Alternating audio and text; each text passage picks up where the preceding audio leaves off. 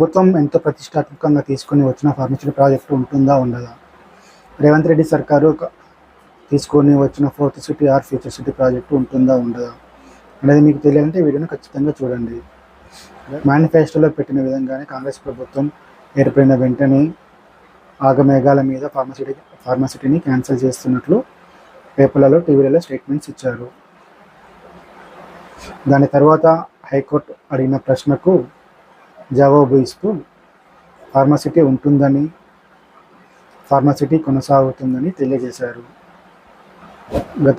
గత ప్రభుత్వమైన TRS government 19,333 ఎకరాలని మొత్తం యాక్వైజేషన్ చేశారు. ఇందులో 12,000 ఎకరాలకు అన్ని రకాల అనుమతులు లభించాయి. కాంగ్రెస్ ప్రభుత్వం ఈ 12,000 ఎకరాలనే ఫోర్త్ సిటీ ఆర్ ఫ్యూచర్ సిటీని ఏర్పాటు చేయాలని నిర్ణయించారు. కానీ ల్యాండ్ ఎక్విజిషన్ యాక్ట్ 2013 ప్రకారం ఏ ప్రాజెక్టు కోసం అయితే రైతుల దగ్గర నుంచి భూములను సేకరించామో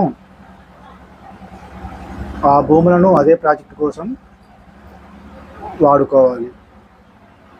ఒకవేళ ప్రాజెక్టు క్యాన్సిల్ అయినా లేదంటే రద్దు అయినా తిరిగి ఆ భూములను ఆ రైతులకే తిరిగి చెల్లించాలి. ఇప్పుడు ఫోర్త్ సిటీ కోసం గవర్నమెంట్ మరో 13,000 ఎకరాలని అక్వైజిషన్ చేయాలని చూస్తుంది.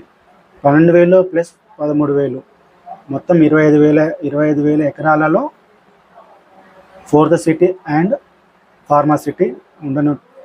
మొత్తం 25,000 ఎకరాలలో ఫోర్త్ సిటీ అండ్ ఫార్మసిటీ ఉంటుంది. ఫోర్త్ సిటీలో ఇప్పటికే అనుకున్న విధంగా ఆర్టిఫిషియల్ ఇంటెలిజెన్స్కు 297 ఎకరాలు మరియు యూనివర్సిటీ జోన్కి 454 ఎకరాలను మరియు ఎలక్ట్రానిక్స్ మరియు ఇతర సాధారణ ఇండస్ట్రీలకు 4,774 ఎకరాలు, ఎంటర్టైన్మెంట్ జోన్కి 470 ఎకరాలు, ఫర్నిచర్ పార్క్ కోసం 309 ఎకరాలు, హెల్త్ సిటీ కోసం 370 ఎకరాలు, లైఫ్ సైన్స్ హబ్ కోసం 4,207 ఎకరాలు, నివాస మరియు వాణిజ్య ప్రాంతాలకు 1,317 ఎకరాలు, రెసిడెన్షియల్ ప్రాంతాలకు 1,013 ఎకరాలు, స్పోర్ట్స్ హబ్